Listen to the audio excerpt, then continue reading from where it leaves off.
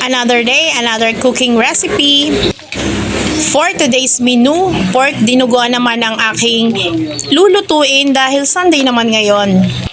Minsan naman tumikim din tayo ng karne kahit medyo pricey.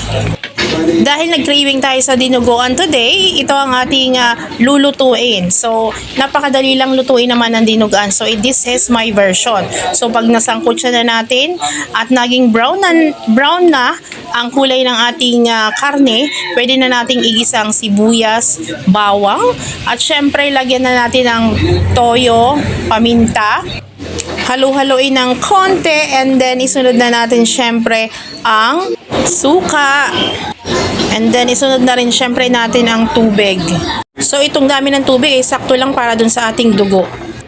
Takpan at hayaan natin munang mag-simmer bago natin syempre ilagay ang ating dugo. So ito talaga yung main ingredient ng ating dinuguan.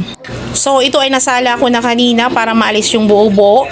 And tip, para hindi mamuo yung dugo, continuous lang ang paghalo habang inilalagay natin yung dugo para hindi syempre mamuo yung dugo.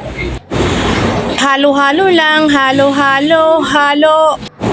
Char. At syempre, sunod na natin yung magkikik ng ating dinuguan. So, nilagyan natin ng sili. And then, isunod natin itong pampadami na gulay. So, ito ay sayote. Dahil nga, syempre, napakamahal ng karne, nilagyan natin ng extender na gulay. So, ayan, we're almost done dahil naiiba na yung kulay ng dugo. At dahil malapit na maluto, lagyan na rin natin ng seasoning. So, ganyan lang kadali, ganyan lang kasimple, my version. And that's all for today. Thank you for watching. Okay na to.